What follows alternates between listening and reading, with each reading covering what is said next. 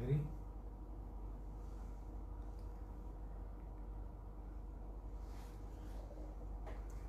नमस्कार, मैं रावसाहेब पाटील दानवे, राज्य मंत्री, भारत सरकार, फूड एंड सिविल सप्लाई का हूँ। मैं सबसे पहले धन्यवाद देता हूँ एबीवीपी को कि मुझे आपके साथ बात करने, मैं आपके साथ हमारे डिपार्टमेंट ने लॉकडाउन मोदी जी के नेतृत्व में जो निर्णय लिए वो शेयर करना चाहता हूँ। आप सभी जानते हैं कि 22 मार्च 2020 को अपने देश के प्रधानमंत्री नरेंद्र जी मोदी ने जनता कर्फ्यू की घोषणा की और 24 मार्च 2020 को 3 हफ्ते के लिए लॉकडाउन घोषित किया। उसके बाद कुछ ही दिनों में स्थिति को देखते हुए प्रधानमंत्री ने 1,70,000 करोड़ का पैकेज जाहिर किया। उस पैकेज को गरीब कल्याण योजना का नाम दिया गया। इस घोषणा के तहत हमारे डिपार्टमेंट द्वारा अंत्योदय योजना के तहत हर परिवार को 35 किलो अनाज दिया जाता है। लेकिन लॉकडाउन के दरमियान गरीबों को रोजगार के अवसर नहीं है और काम भी बंद है, इसलिए रेगुलर 35 के साथ मुफ्त और पर पर्सन 5 किलो प्रति माह अनाज भी दिया गया। जो प्रायोरिटी वाले परिवार है इनको हर व्यक्ति 5 किलो गेहूं चावल प्रति माह दिया जाता है। मान लो एक परिवार में 5 व्यक्ति है तो प्रति माह मिलने वाला 25 किलो अनाज और मुफ्त का 25 किलो अनाज भी दिया जा रहा है। 2011 के जनगणना के अनुसार इस देश की जनसंख्या 125 करोड़ है। लगभग 80 करोड़ लोगों को प्रधानमंत्री गरीब कल्याण अन्न योजना का फायदा हुआ है। इसके साथ ही हर परिवार को 1 किलो दाल देने की भी घोषणा की है और आज के तारीख में दाल भी मिल रही है। लॉकडाउन के बाद जो 8 करोड़ स्थलांतरित मजदूर है जिसे राशन नहीं मिल रहा है, उन्हें भी प्रधानमंत्री जी ने 5 किलो अनाज और 1 किलो दाल देने की घोषणा की है। उसके सिवा जनधन योजना, प्रधानमंत्री नरेंद्र मोदी जी ने 2014 के चुनाव के बाद जो घोषणा की थी, उस सर्वे के आधार पर इस देश के लगभग 40% लोग ऐसे थे जिन्होंने बैंक का मुंह भी नहीं देखा था, बैंक में खाता नहीं खुलवाया था। लेकिन चुन के आने के बाद नरेंद्र भाई मोदी ने बैंकों को आदेश दिया, अगर कोई गरीब व्यक्ति बैंक में खाता खुलवाने जाता था तो खाता खुलवाने के लिए उसे 500 रुपये डिपॉजिट लिया जाता था। लेकिन नरेंद्र मोदी जी ने जनधन अकाउंट की घोषणा की और उस घोषणा के आधार पर जो भी कोई गरीब अगर बैंक में खाता खुलवाने के लिए जाता है, जो पहले 500 या 1000 रुपये लेके खाता खुलवाया जाता था, गरीबों के लिए 0 बैलेंस पर खाता खुलवाने का काम आदेश मोदी जी ने दिया और लगभग 30 करोड़ से भी ज्यादा लोगों ने बैंक में खाता खुलवाया।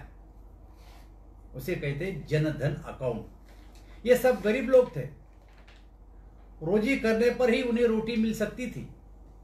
ऐसे 15 करोड़ लोग जनधन खाते पर प्रधानमंत्री गरीब कल्याण योजना के तहत इन लोगों के खाते में हर महीना 500 रुपये, ऐसे 3 महीने के लिए 500 रुपये राशि खाते में जमा करने की घोषणा नरेंद्र मोदी जी ने पहले पैकेज में की। लगभग 8,000 करोड़ इस खाते में जमा हो चुके हैं। मुझे ऐसा लगता है कि प्रधानमंत्री मोदी जी ने इस निर्णय की वजह से लॉकडाउन के दरमियान उस सभी लोगों को भी बड़ी राहत मिली है। इसके सिवा 2014 के बाद गरीब कल्याण एजेंडा जो तय किया था, उस एजेंडे के तहत 2019 तक इस देश के 8 करोड़ लोगों को सिलेंडर का नाम भी नहीं सुना। ऐसे सभी लोगों को केवल 100 रुपये में गैस सिलेंडर देने की घोषणा की थी और इस घोषणा के मुताबिक 8 करोड़ लोगों को गैस कनेक्शन देना था। समय से पहले 8 करोड़ लोगों को तो गैस कनेक्शन दे दिया, इसके बाद भी 50 लाख लोगों को गैस कनेक्शन दिया, मतलब समय के पहले 8.5 करोड़ लोगों को गैस का कनेक्शन इस देश में दिया गया। इस पैकेज में जिन 8.5 करोड़ लोगों को गैस का कनेक्शन दिया गया, ये 3 महीने में पर मंथ एक फ्री सिलेंडर देने की घोषणा भी नरेंद्र मोदी जी ने की। लेकिन जब लॉकडाउन शुरू हुआ तो ये सब काम करने वाले मजदूर थे जिनका रोजगार बंद हुआ था। ऐसे 8 करोड़ 50 लाख परिवारों को 3 महीने के लिए जो सिलेंडर दिए गए, उन लोगों को भी इसका फायदा मिला। मुझे ऐसा लगता है कि इसी के साथ दिव्यांगों को, सीनियर सिटीजन को, मजदूर को, किसान को, इन सभी को प्रधानमंत्री जी ने 1,70,000 करोड़ का जो पैकेज दिया पहला, उस पैकेज का लाभ देने की कोशिश इस पैकेज में की गई है। प्रधानमंत्री मोदी जी ने जब लॉकडाउन की घोषणा की तब उससे पहले 5 बार सभी राज्यों के मुख्यमंत्रियों के साथ वीडियो कॉन्फ्रेंसिंग की, उद्योजकों से बात की, बिजनेसमैन से बात की, व्यापारियों से बात की और चर्चा में जो विषय है वो मंत्रालय से भी बात करके उसके बाद 20 लाख करोड़ का पैकेज अपने देश के प्रधानमंत्री जी ने घोषित किया, जो अपने देश के जीडीपी के 10% है। इस पैकेज की घोषणा प्रधानमंत्री जी ने करने के बाद लगातार 5 दिन हमारी वित्त मंत्री निर्मला सीतारमण जी ने 20 लाख करोड़ के पैकेज का विस्तृत विवरण जनता के सामने सादर किया। इस पैकेज का लाभ सभी क्षेत्रों को मिलने वाला है। बिजनेस स्टार्ट करने के लिए, इंडस्ट्री के लिए, लेबर के लिए, किसानों के लिए और छोटे छोटे उद्योगों के लिए इस पैकेज का फायदा होने वाला है। ये 2 पैकेज देने के बाद हर राज्य ने उसका विश्लेषण करना चाहिए। इस पैकेज का लाभ अपने राज्य के लिए क्या हो सकता है, इसका अध्ययन करना चाहिए। हो उसके लिए केंद्र शासन को सुझाव देना चाहिए।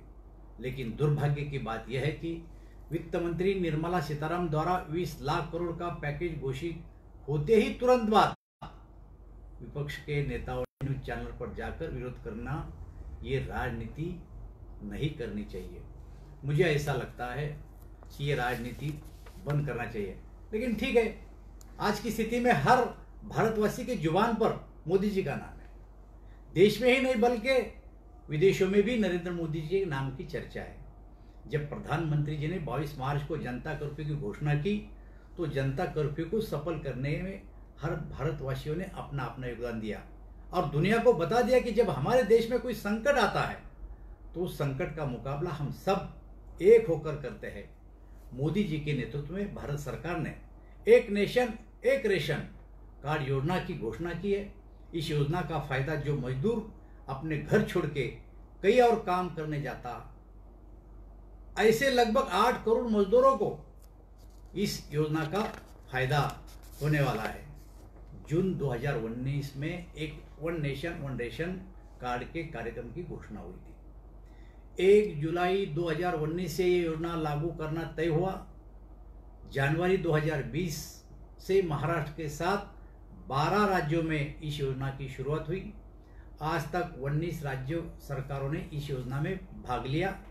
जब 2013 को लोकसभा में अन्न सुरक्षा कानून पास हुआ तब इस देश की जनसंख्या 2011 की जनगणना के अनुसार 125 करोड़ थी।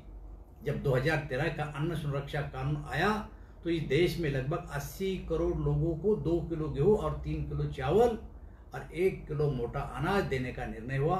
हर व्यक्ति को प्रति माह 5 किलो अनाज इस योजना के तहत दिया जाता है।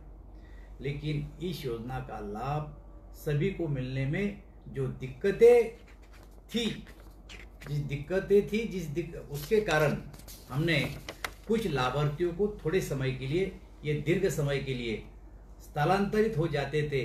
उन लोगों को इस योजना का फायदा नहीं मिल पाता था क्योंकि वो बाहर जाते थे, उनका राशन कार्ड अपने गांव का था। ऐसी समस्या का समाधान निकालने के लिए हमारी सरकार ने one nation one ration card योजना लाई है। इस योजना को तांत्रिक आधार है।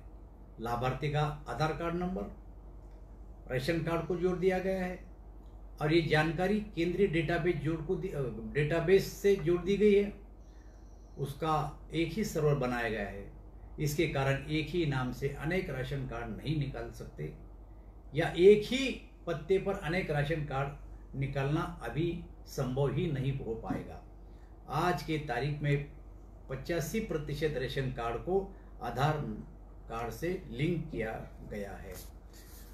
इसके कारण 2013 से लेकर 18 तक जो आधार कार्ड लिंक किया उसके कारण 3 करोड़ फर्जी राशन कार्ड इस देश में मिले हैं और उसको कैंसिल किया है।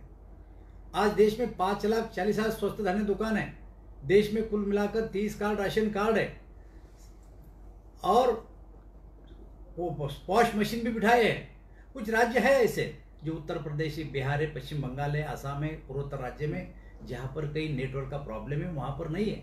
लेकिन पॉश मशीन केंद्रीय डाटाबेस को जोड़ने के कारण लाभार्थी जब अनाज लेने जाएगा तो उसकी एंट्री सीधे ही केंद्रीय डाटाबेस में दर्ज होगी। इसके बाद पॉश मशीन में लाभार्थी का थंब इंप्रेशन भी होने के कारण लाभार्थी के नाम पर कोई दूसरा व्यक्ति अनाज नहीं उठा सकता। सेंट्रल डाटाबेस होने के कारण लाभार्थी देश में कहीं भी एक राज्य से दूसरे राज्य में अनाज लेने जा सकता है। और जब अनाज लेने जा सकता है, इस अनाज को मुझे ऐसा लगता है कि उसको प्रधानमंत्री अनाज वहाँ पर मिल सकता है। One nation one ration card इसके कारण सफल हुई है। इसका फायदा वंचित और गरीब मजदूरों को भी मिलेगा।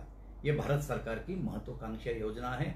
इस योजना का सभी स्थलांतरित मजदूरों को जरूर फायदा होगा, ऐसा मुझे विश्वास है। केवल इतना ही नहीं तो लेकिन ये कई योजनाएं अपने देश के प्रधानमंत्री ने जो नहीं है, लेकिन मैंने बताया आपको कि हर व्यक्ति के नाम पे प्रधानमंत्री नरेंद्र भाई के जुबान पे उनका नाम है। इसका कारण क्या है? आज दुनिया की पोजीशन देखो। आज दुनिया में पॉजिटिव कोरोना मामलों की संख्या 5.44 मिलियन के पार हो गई है। इस महामारी से प्रभावित देशों में भारत अब 10वें नंबर पे गया है। विकसनशील देश जो है श्रेणी में, जो विकसित देश और विकसनशील की श्रेणी में आते हैं, तबकि भारत की जो मामले है उसकी संख्या केवल 77,103 से अधिक है। 57,720 से अधिक लोग ठीक भी हो चुके हैं। ऐसे समय में जब पॉजिटिव कोरोना केसेस वैश्विक औसत प्रति 1 लाख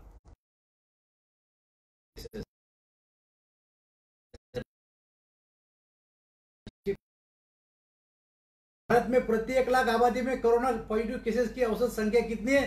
तो केवल 8 है। विश्व के विकसित देश जैसे कि अमेरिका 1 लाख आबादी में 452 पॉजिटिव कोरोना मरीज है। भारत को 1,25,000 कोरोना पॉजिटिव केसेस तक पहुंचने में दुनिया में सबसे लंबा 115 दिन का समय लगा है। भारत में कोरोना वायरस ठीक होने वाले लोगों के औसत प्रतिशत 41% है। यह बाकी दुनिया में कई विकसित देशों की तुलना में बेहतर है।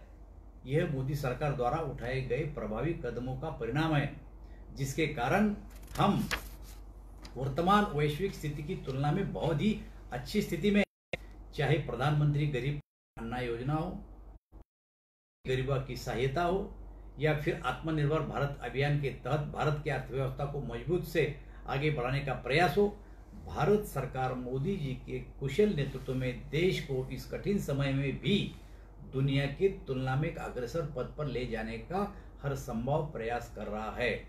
मुझे ऐसा लगता है कि मोदी जी ने समय पर लॉकडाउन करके दुनिया में जो अभी इसका कोरोना का कहर मचा है, उसके कारण भारत की स्थिति बहुत ही अच्छी है। ये केवल मोदी जी के नेतृत्व के कारण हुआ है। मुझे ऐसा लगता है कि जो 2 पैकेज दिए, वो 2 पैकेज में सभी क्षेत्रों को राहत देने की कोशिश मोदी जी ने की है। धन्यवाद।